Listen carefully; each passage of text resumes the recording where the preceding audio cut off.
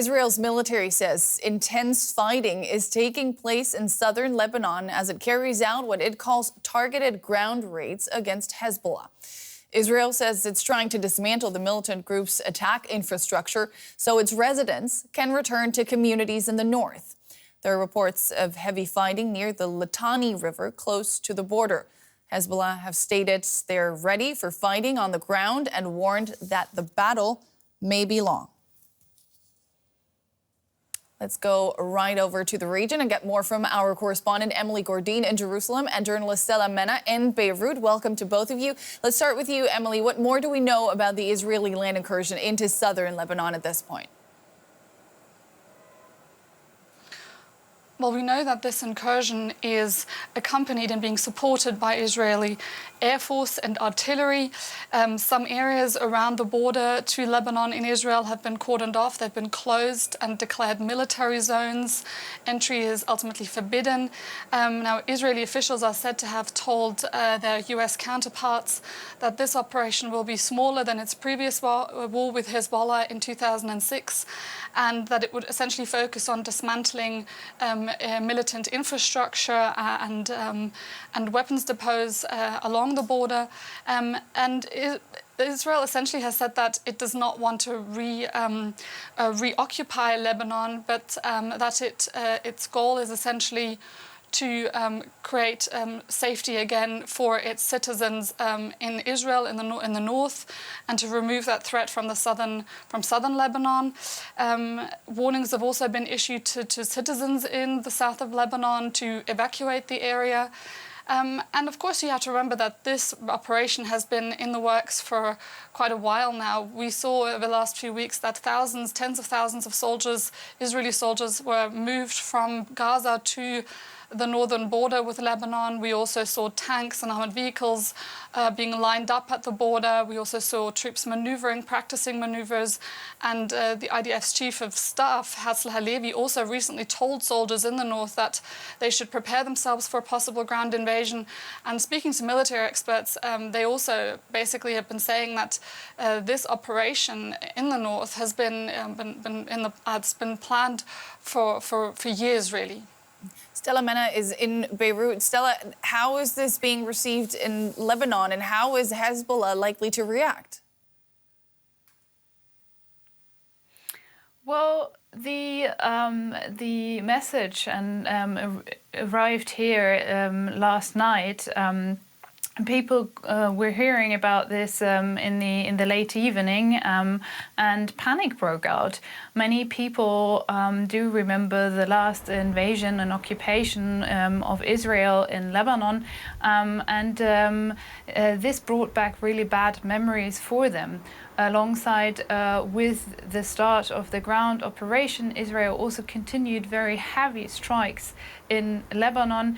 For example, it carried out a strike in a refugee camp near the town Saida, but it also struck the southern suburbs of Beirut. Around midnight, it called upon the residents in the southern suburbs of Beirut to leave the area. And shortly afterwards, the bombardment started, and the noise of the explosion was something we could hear here in the city center of Beirut. And of course, this increased the fear by the people that this ground operation will now escalate in something bigger. Journalist Stella Mena in Beirut and Emily Gordine in Jerusalem. Great speaking to you both. Thank you so much. Now, all of this is happening while Hezbollah is still reeling from Israel's assassination of its longtime leader just days ago. The militant group, founded in the 1980s, has been exchanging fire with neighboring Israel since the October 7th terror attacks by its Palestinian ally Hamas. But how much has the most recent escalation weakened Hezbollah, which is considered a terrorist organization by multiple countries? And what tricks could the group still have up its sleeve? We have a closer look. Israel's assassination of Hezbollah's leader of more than 30 years in a Beirut airstrike has massively raised the stakes in the conflict. Hassan Nasrallah's death on September 27th, alongside that of other top commanders, has severely compromised the group's chain of command. But after past assassinations, Hezbollah has moved swiftly to replace its leaders.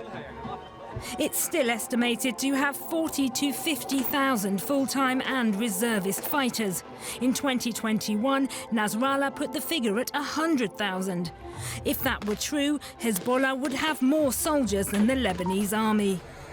The group's communications capability also took a big hit with the recent attacks on Hezbollah devices. They're estimated to have killed and maimed more than 1,000 fighters. But anonymous sources close to Hezbollah told the Reuters news agency that many fighters had been using older pager models that were not affected. Plus, according to the sources, the group's fixed-line telephone network is still working. And then there are Hezbollah's wider resources. The US says the group's biggest backer, Iran, provides hundreds of millions of dollars in weapons and training each year. Iran could respond by mounting its own attacks or calling on allied militias in Yemen, Syria and Iraq to take their own actions against Israel and its allies.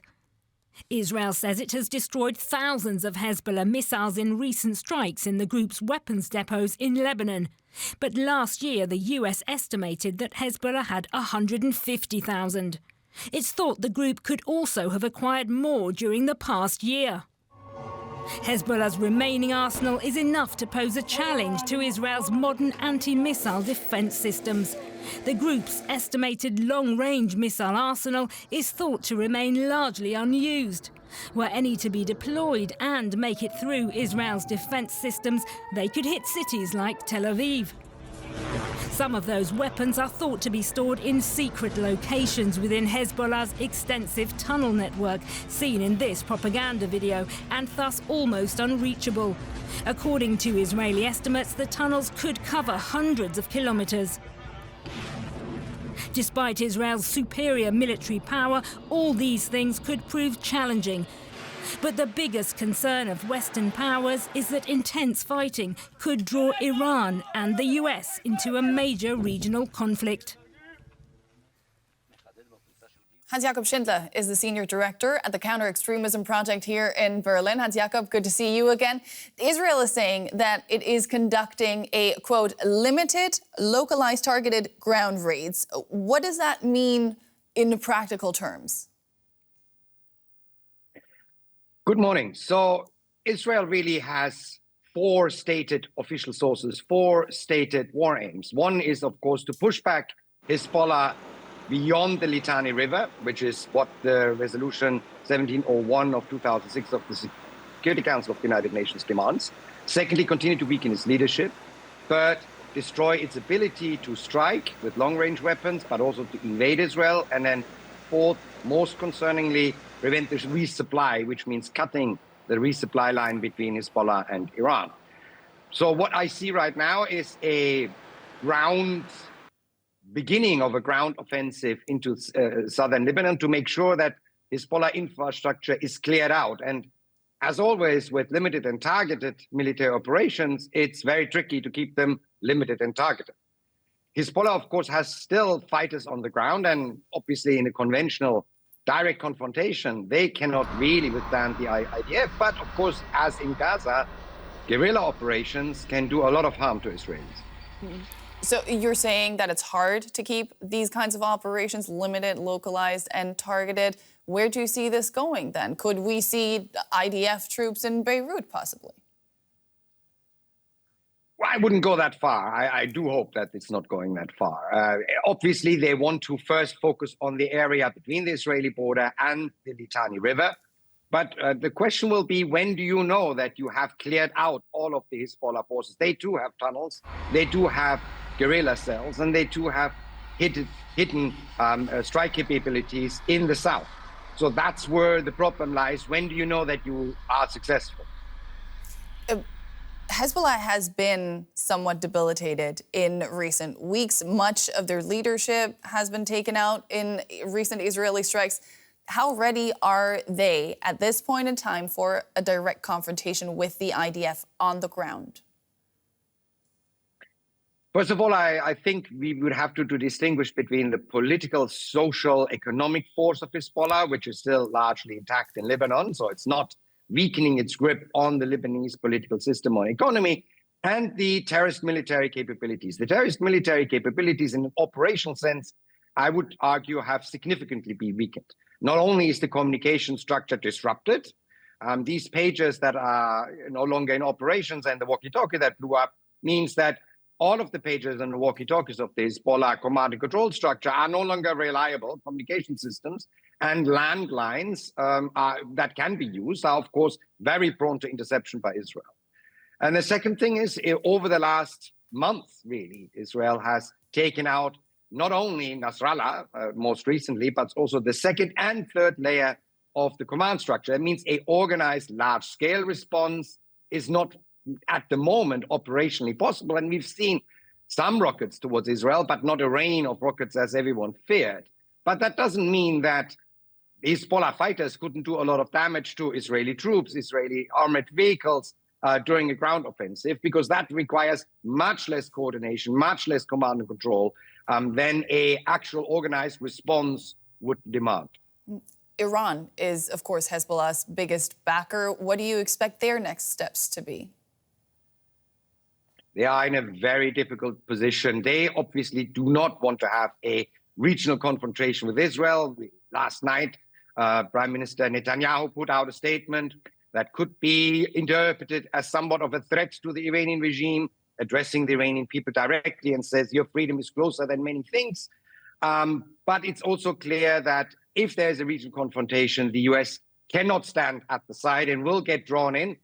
And that Iran wants to prevent. But if they do not react, if they let Hezbollah be really degraded by Israel without any type of reaction, no proxies in the region are ever going to trust them again.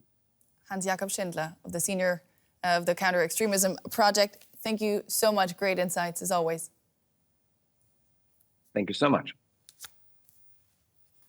All right, let's go to Washington now and bring in William Wechsler. He's a Senior Director of the Rafik Hariri Centre and Middle East Programs at the Atlantic Council. He's also held senior positions in the US government advising on counter-terrorism. Thanks for joining us. Great to have you with us.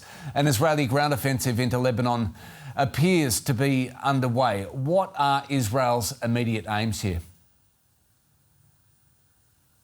Israel has signaled that this is a limited campaign, at least at the outset, to drive Hezbollah forces away from the border in order to deny them the ability to use short-range artillery and other short-range rockets to hit northern Israel.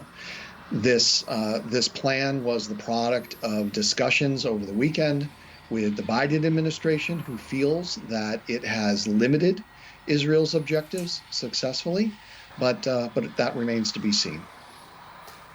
William, we know much of Hezbollah's leadership has been taken out in recent strikes. So what do you make of Naim Qassem's message that Hezbollah is ready for an Israeli ground invasion? Well, Hezbollah in the last number of weeks, and really months, but especially recently, is diminished. It's decapitated now, and it's widely in disarray. But it is still very dangerous. It is still incredibly well armed. It has perhaps as many as 100,000 rockets, missiles, drones, and other long-range projectiles that can make its way into Israel, and has the ability, at least on paper, to overwhelm the Iron Dome defenses that Israel has protecting its population centers. If Iran itself was to get into the war, they would have the capacity to overwhelm the U.S. defenses in the region. So this is still a very dangerous situation that we have in our hands, and Israel will have to move very carefully in order to achieve its limited military objectives, push Hezbollah back, but not inspire Hezbollah to launch that kind of all-out attack. William, I have more questions for you, but first I want to have a listen to what US President Joe Biden had to say earlier today. Well, just the fact that Israel may be now launching a limited operation into Lebanon. Are you aware of that? Are you comfortable with their plans? I'm more aware than you might know, and I'm comfortable with them stopping. We should have a ceasefire now. Thanks. William, it looks an awful lot like Israel is ignoring US calls for a ceasefire. Is that something Israel can afford to do? Well, I think, to be fair, it's Hezbollah which has ignored American calls for a ceasefire. Before the assassination of Hassan Nasrallah, the Biden administration's plan was to try to get a 21-day ceasefire in order to negotiate the kind of ceasefire that it had been begging for. But Hezbollah's position was that it would not pull back past the Litani River. It would not abide by all the rules of UN Security Council Resolution 1701, which was done in 2006, until Israel had stopped its campaign in Gaza. That linkage between what Hezbollah has demanded and what Hamas has demanded is exactly what needs to be broken here. It's that linkage that Hezbollah created on October 8th when unprovoked it attacked Israel and Israelis, and it's that linkage that is preventing any ceasefire today.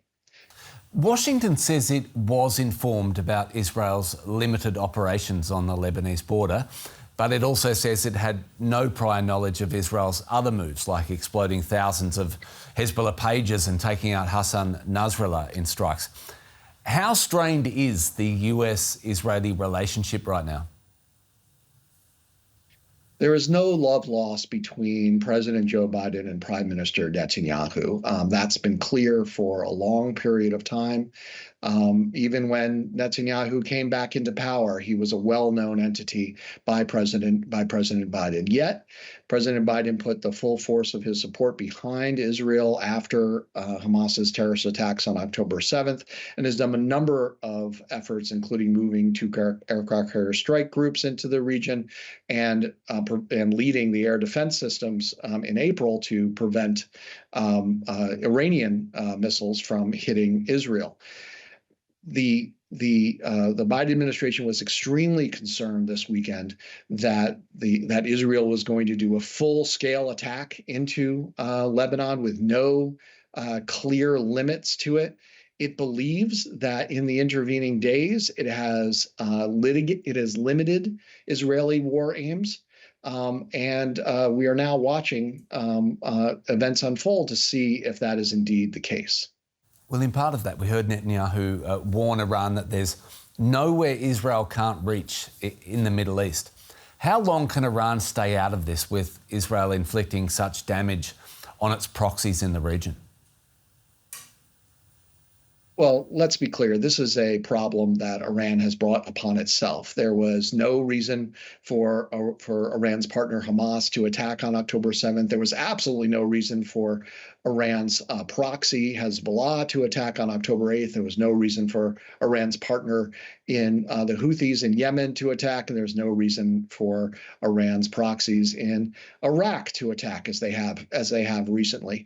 Iran has been very happy with the status quo to date because they have been able to achieve their ends of marching up the escalation ladder short of war. That strategy may be reaching its close, however, as the war is now reaching the crown jewel of its axis of resistance, as it calls it, Hezbollah. And Hezbollah's been decapitated, as I said, and truly is in disarray, is running, which is why Israel has this opportunity set to do this. If I was advising the people in Tehran, I would advise them to have Hezbollah do a strategic retreat, again, beyond the Litani River, enforce UN Security Council the UN Security Council Resolution 1701 from 2006, and break the connection between Hezbollah's actions and Hamas's actions. That would be in Hezbollah's interest, and frankly, that would be in Tehran's interest. But just because it's in their interest doesn't mean it's going to be what their decision is going to be. And so we will see now what they decide. Just before we go, more on that Israel's opportunity, saying it's escalating to de-escalate. Will this strategy make Israel more secure?